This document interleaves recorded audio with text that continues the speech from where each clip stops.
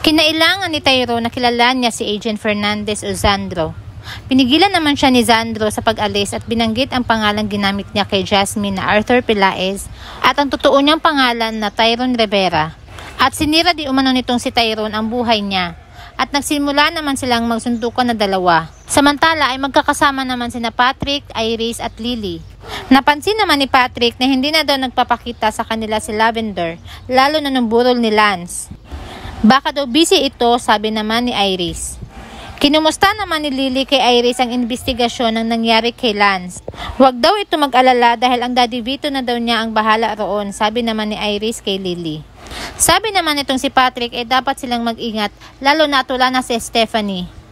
At bakit daw ay nadamay si Stephanie sa nangyari kay Lance? Kaya inamin itong si Lily kay Patrick na nagkaroon nga ng relasyon itong si Lance at Stephanie.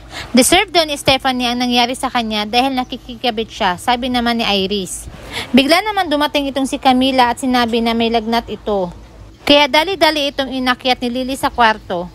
Nang tanong na naman itong si Patrick kay Iris kung bakit daw hindi pa nito pinapaalam kay Tyrone na nagkaroon ito ng anak kay Jasmine. Sagot naman itong si Iris ay hindi naman importante yun kay Tyrone dahil hindi naman nito minahal si Jasmine. Samantala, sa bahay naman ni Astor Fields ay pinasunog nito kay Tommy ang mga litrato ng mga Benavides sa basurahan. Inalagaan naman itong si Jasmine si Zandro at pinagsabihan ito. Hindi daw dapat ito nagpadulos-dalos sa ginawa nito. Sabi naman ni Zandro ay matagal daw nitong hinintay ang pagkikita nilang dalawa ni Tyrone. Ngunit kinontra naman ito ni Jasmine na makukuha rin ito ang mga gusto nila. Di sila bibitaw na dalawa.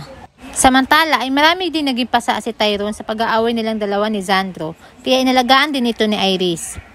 At tinanong din siya ni Iris kung meron nga ba talagang namamagitan sa kanila ni Ivy Fernandez.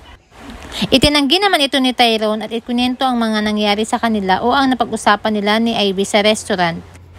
Hindi daw umano ito pumayag si Ivy sa gusto ni Tyrone at gusto din umano ito ni Ivy na ilaglag si Vito kaya may nangyari sa kanila ng anak niya. At wag daw sisihin ni Tyrone ang sarili niya. Si Ivy di umano ang may kasalanan kung bakit nangyari sa kanila yon. Papunta naman itong si Gio sa bahay nila Astor Fields para bisitahin si Mira. At doon nga ay nakita niya sa basurahan ng isang libro na naglalaman ng mga litrato ng mga Benavides. Magkausap naman ang mag-amang Vito at Heather sa opisina nito.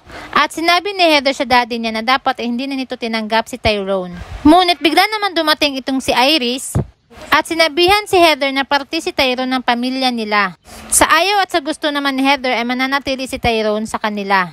At kung takot daw itong si Heather na may mangyaring masama sa kanya, ay pwede daw bumalik na ito sa pinanggalingan niya. Sa bahay naman ni Zandro ay may dumating na mga pulis at naghain ng warrant sa kanya sa ginawa niya kay Tyrone. Nag-alala naman itong si Jasmine at nakikinig na lamang sa pinag-uusapan ng pulis at ni Zandro.